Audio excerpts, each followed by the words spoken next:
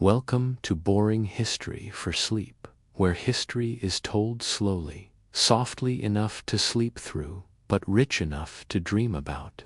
Tonight, we leave behind the stone cities of Europe and the polished courts of China to wander the open steppes, wide, windblown, and worn by centuries of hooves. The Mongol Empire, often remembered for fire and conquest, was also a realm of tents and treaties, of herders and horsemen, of ruthless order and quiet endurance. In this episode, we won't gallop with Genghis across continents. Instead, we'll walk slowly through the lesser-known lives that sustained his empire. You'll begin beside a Mongol herd boy, wrapped in stiff felt, braving a wind that never stops. Then we'll follow the silent genius of Subutai, a general whose mind moved faster than arrows. We'll pause in the ruins of vanished cities, trade posts erased by time, and we'll end in the palace year of Kublai Khan, where imperial policy mingled with fermented mare's milk and foreign advisors. So settle in, dim the lights. Let the stories of saddle and smoke, conquest and cold, unfold at a pace slow enough to drift with. Imagine yourself waking beneath rough wool and felt, your bed a low wooden frame inside a circular tent. A ger, the only barrier between you and the ceaseless wind of the Central Asian plain. It's still dark, there is no fire. Your breath coils in the air, and the cold creeps through every stitch. There are no doors here, only a flap you hesitate to lift, knowing the wind on the other side has teeth. You are perhaps 7 or 8 years old, already responsible for a small herd of goats or sheep. Later, it will be horses, prized, watched closely, as vital as bread. But for now, your days begin before the sun and end long after it's down. Outside, the grass is stiff with frost or parched with dust, depending on the season. There is no village, no street, only sky and steppe. You know the stars better than the back of your hand. Your toys are stones and leather. Your food is whatever your family could trade, churn, or slaughter. Milk is everything. But milk spoils. You learn to churn arag, fermented mare's milk, and your lips pucker at its sour burn. Dried curds, called arowel, sit like chalk on your tongue. On lucky days, there might be mutton stew. On unlucky ones, just broth from old bones, cloudy and thin. There is little rest. A wolf howl in the distance means a horse must be checked. A storm cloud rolling in means the tent ropes must be tightened. You help your mother gather dung for fuel. You help your father mend a saddle. There is always something to fix, to fetch, to tie down. The wind never lets up. Your life is not measured in school terms or calendar months. It's counted in foaling seasons and salt roots. You might not know what year it is, but you know when the sheep should lamb, when to move camp, when the snow will crust too hard for grazing. Illness is a quiet threat. Fevers come, coughs linger. There are no healers nearby, only herbs, and sometimes the prayers of an old woman who remembers things others forget.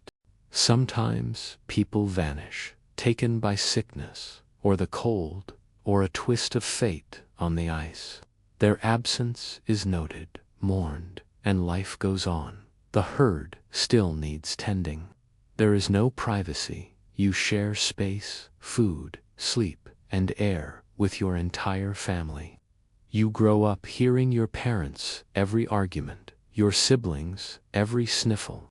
The ger smells of wool, smoke, sweat, and animals. And yet, it is home.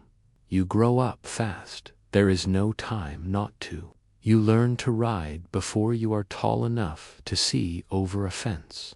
not that fences exist. You learn to listen for changes in wind, to read tracks in frozen mud, to pack and dismantle a tent with your eyes half shut from sleep.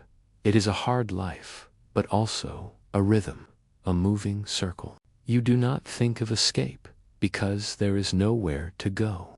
This is the world. This is the wind. This is how the ancestors lived, and how you will too. Some nights, when the wind calms for a moment and the fire burns low, you hear your father speak not of hardship, but of pride, of Genghis, of the great Khans, of the wide empire that your blood helped build. And you listen, not because you understand it yet, but because it reminds you that your life, small as it is part of something bigger, not richer, not easier, but lasting. And tomorrow, as the sky pales, you'll rise again, quietly, carefully, because the horses are waiting. And winter does not care if you are tired. Imagine a man with no throne, no title of king, and no palace to his name yet, who bent empires with maps and memory alone. Subutai, the quiet master of war, left no golden tomb, no carved statue, but his shadow stretched from Korea to Hungary. He was born into the steppe like so many others, sent to a world of wind and hooves, of bows strung with sinew and dried milk tucked into saddlebags. His name was not initially marked for greatness. He was the son of a blacksmith, not a noble. But among the Mongols, merit often mattered more than blood. From a young age, Subutai understood movement not just on horseback, but in thought. He learned to see how terrain and timing could split armies, how fear could travel faster than messengers, how the future could be shaped by who crossed the river first. He served under Genghis Khan and later his sons, but he was more than a servant. He was their strategist, their blade in the dark, their mind behind the charge. He planned his campaigns not in months, but in seasons. He memorized rivers, roads, harvest cycles, and rumors. Subutai didn't win battles, he erased armies. When he and Genghis turned toward the Khwarezmian Empire, Subutai's plans unfolded like careful brushstrokes. Cities were taken in sequence. Water supplies were cut off. Panic moved ahead of him. Survivors carried stories eastward, but rarely names, just that something unstoppable was coming. And often it already had. Later, Subutai led the infamous Western campaign into Georgia, into Russia, across the Caucasus. He crossed mountains in winter. He divided armies, let them wander, and struck like thunder when they scattered. At the Kalka River, he let his foes chase a phantom army for days only, to encircle them at last, in silence, under dust. But perhaps his most haunting legacy came after Genghis had passed. Under Kublai Khan, Subutai turned west once more, toward Hungary and Poland. He sent scouts as far as the Adriatic. He struck cities most Mongols had never heard of. He moved tens of thousands of men across thousands of miles with no written plans, only memory, instinct, and smoke signals. The battles of Liegnitz and Mohi were not just victories, they were dismantlings. European knights in metal plate collapsed under the weight of tactics they had never seen. The Mongols feigned retreat, split formations, and lured armies into soft ground. Where others charged, Subutai circled, and then he left. Just as suddenly as they came, the Mongols vanished eastward. Kublai had died. Succession required presence. Subutai obeyed. Europe exhaled. What made Subutai so unsettling was not cruelty. Others were more brutal. It was the coldness of his logic. The way he moved like water, not fire. He rarely spoke, he did not boast. He simply saw the world differently, open like a map, soft in places most missed. His campaigns changed history, not with speeches, not with borders, but with the silence of hoofbeats falling in places where none had expected them. He left behind no manifesto, no memoir, just empty fields where cities had stood, and quiet stories whispered in fear long after his army was gone. In this segment, we don't march to drums. We drift behind a man who preferred whispers to war cries. We try to see the steppe-on, the world as he did, vast, flexible, and waiting to be shaped. Imagine walking through grasslands where the wind never stops. You see nothing but sky and soil, until, suddenly, the earth shifts beneath your feet, a pattern in the dust, a row of stone that once held up walls, shards of pottery buried in dry silence. You're standing where a city once thrived now, erased, almost completely, by time and wind. The Mongol Empire, known for motion, also built places to stop, though often remembered for yurts and nomadic conquest. The Mongols established cities, some vast, others transient, some made of wood and others of stamped earth. These were not towering stone metropolises like Rome or Cairo. They were practical hubs, waypoints of empire, strung across the Silk Road like beads on a line. Perhaps the most famous was Karakorum, founded by Genghis Khan and later expanded by his son Gedai. Karakorum sat in the Orkhon Valley of central Mongolia. It was not large by modern standards, but it was the heartbeat of a vast realm. Here, envoys from Persia dined beside ambassadors from China. Here, metalworkers cast intricate silver Gers yurts for the Khans. And here, a great fountain poured wine from a silver tree shaped by a French craftsman taken from a far-off war. Karakorum was less a city of monuments, more a crossroads of minds. Buddhist stupas sat near Muslim mosques. Chinese scribes wrote orders in graceful calligraphy, while Slavic slaves unloaded goods from distant ports. The streets weren't paved, but the conversations were layered with dialects from a dozen lands. But Karakorum would not last. When Kublai Khan moved the imperial capital to what is now Beijing, Karakorum faded, abandoned, burned, rebuilt, and abandoned again, eventually melted into pasture. Its bones rest beneath the soil now. Occasionally, archaeologists find tools, tiles, pieces of script, but the voices are long gone. Other cities followed similar fates. Take Sarai, capital of the Golden Horde, which once hummed along the lower Volga River. It was a center of taxation and commerce, a place where Byzantine coins mingled with Chinese silk. Today, it's a memory beside the Reedzit's location disputed, its stones reused, its name echoing only in old chronicles. Then there's Kara-Balgasan, or Black City, once the seat of the Uyghur Khaganate, before Mongol conquest turned it into a provincial post.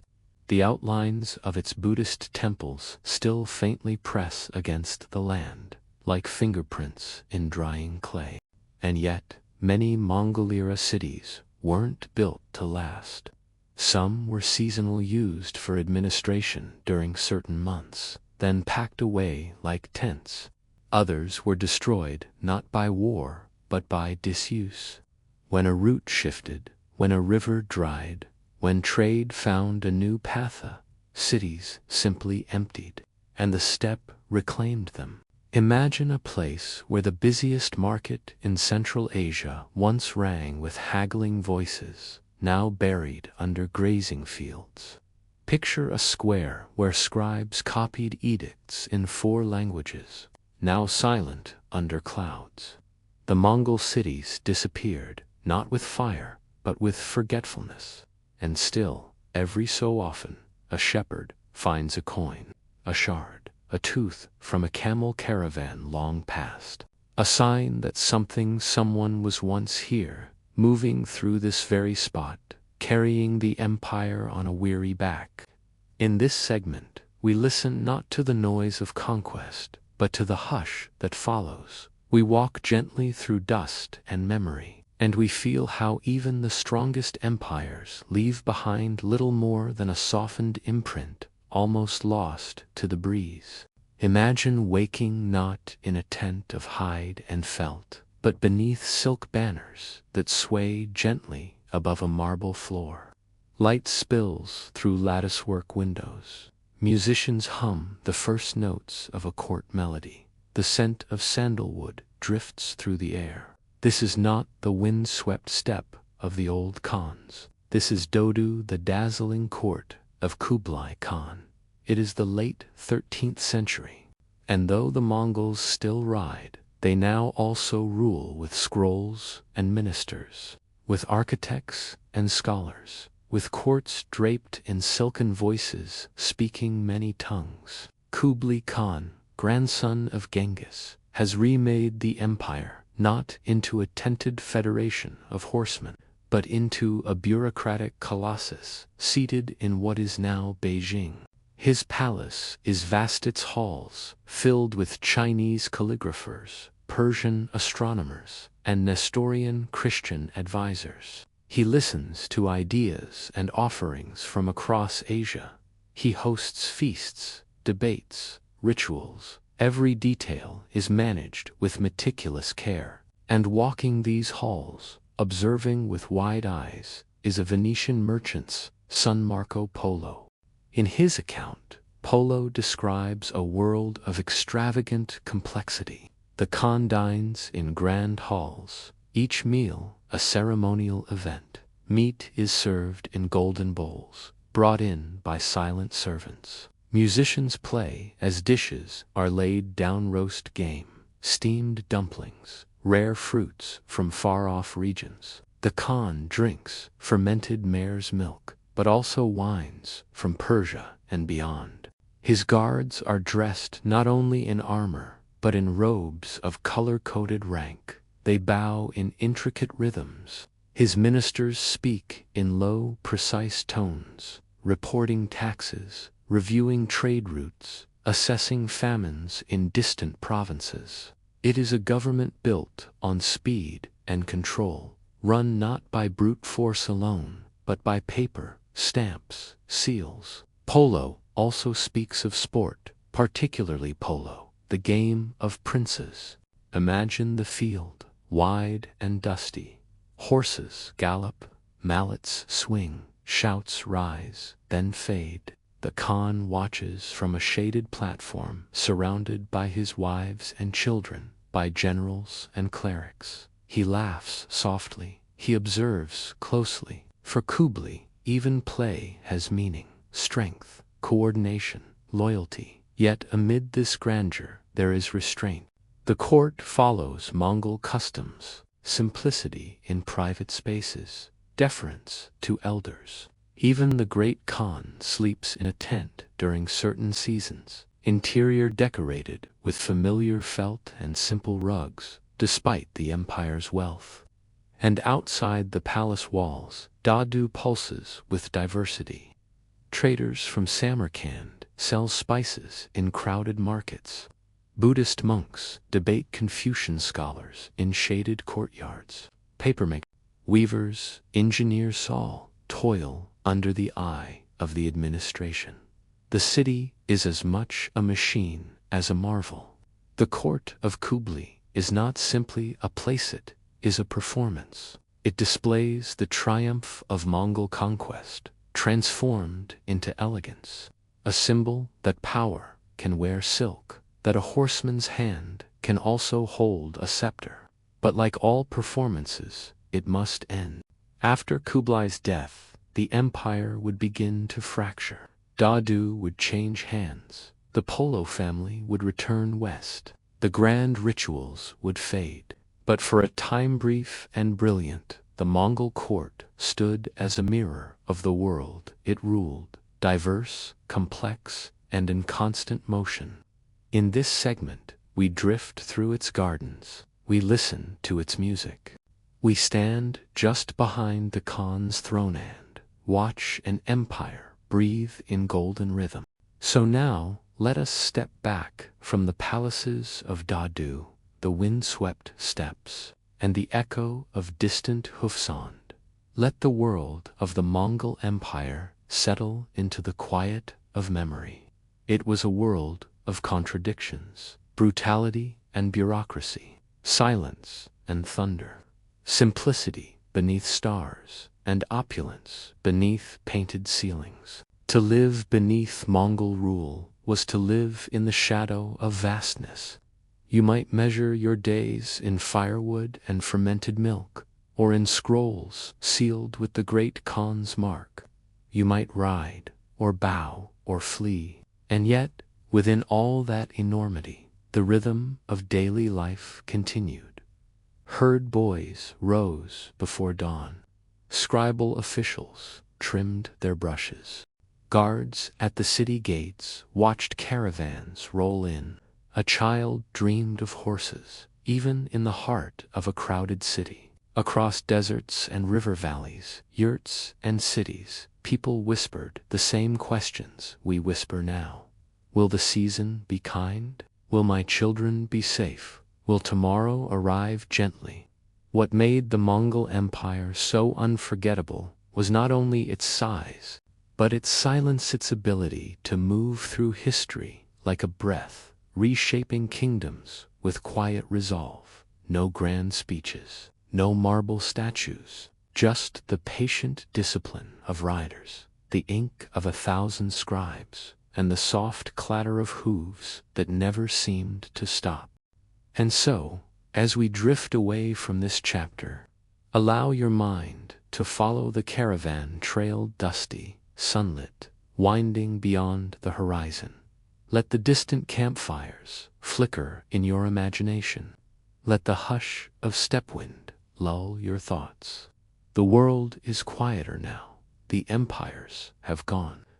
But the stories remain faint, like hoofprints in packed earth waiting to be noticed, or simply dreamed. Sleep well, traveler of time.